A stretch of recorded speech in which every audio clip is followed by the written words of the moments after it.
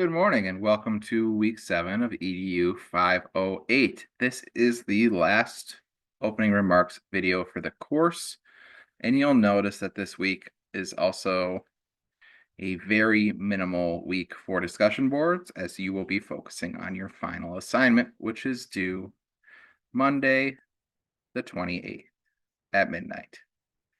So this week is all about reflection, application, and how you're going to move forward in the future.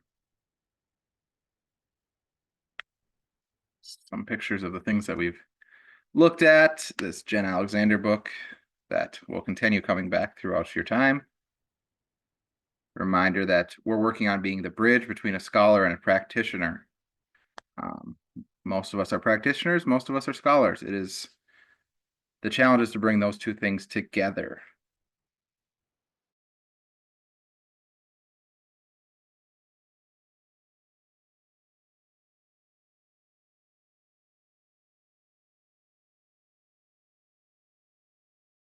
It as complete.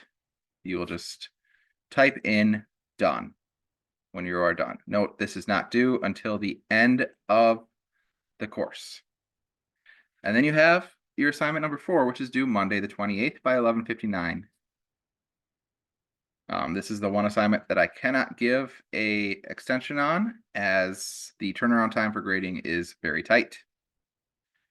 Reminder that the course ends Wednesday, April 30th, so you have anything that you haven't turned in yet, please make sure it is in by April 30th, and if it is something you're turning in late, please email me to let you know that it's done so I can go and regrade it. All right, your final assignment is 5 to 7 pages of writing on stakeholder engagement in a trauma-informed school. You're going to choose one of these roles. A lot of people choose teachers, and I've seen a lot of people choose families. The other ones don't get chosen as much, just keep that in mind. Should be 5 to 7 pages of writing plus scholarly sources, in-text citations, and headings. You can include charts, graphs, or any other support for the writing. I don't think most of you will need charts or graphs, but it is possible that you make a plan where a chart is the best way to show it. You're going to determine the educational role of focus. Pick one of those from the above slide.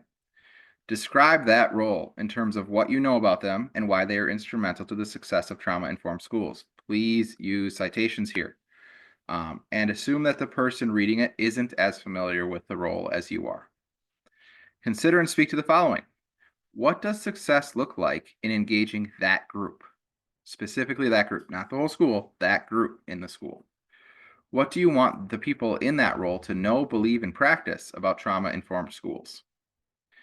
In order to support success, identify at least 2 well-defined SMART goals. So these should be specific, measurable, achievable, realistic, and have a time frame.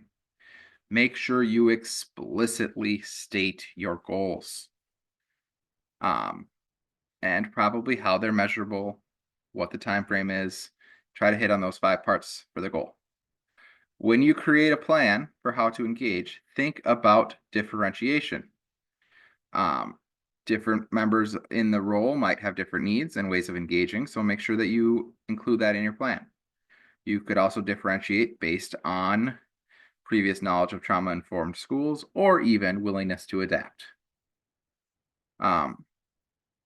Depending on who the group is and what your engagement goals are, identify things such as how are you going to communicate them? Is it going to be daily, weekly, monthly? Is it going to be, full day trainings, or is it going to be monthly touch points? There's a very broad spectrum of what is possible there depending on the group that you choose.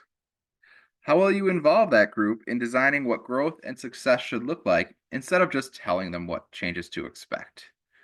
As many of you know, have probably experienced firsthand, if you're just told this is what we're doing and you don't have any say in how it is actually rolled out, there tends to be a little bit less buy-in.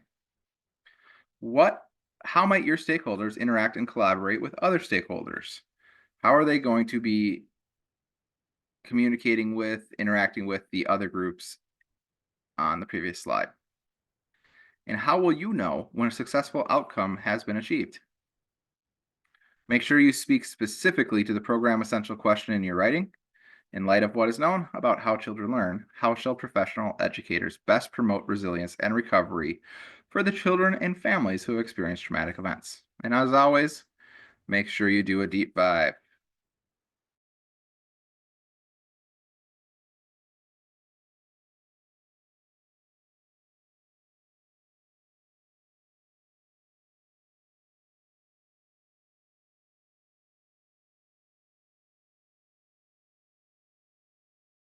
Playing this weekend, so I will probably not get to grading the graphics until later in the week. And our final instructor opening remarks question is, what is your biggest takeaway from this course? It's been a pleasure working with all of you, and I look forward to seeing your last two assignments here.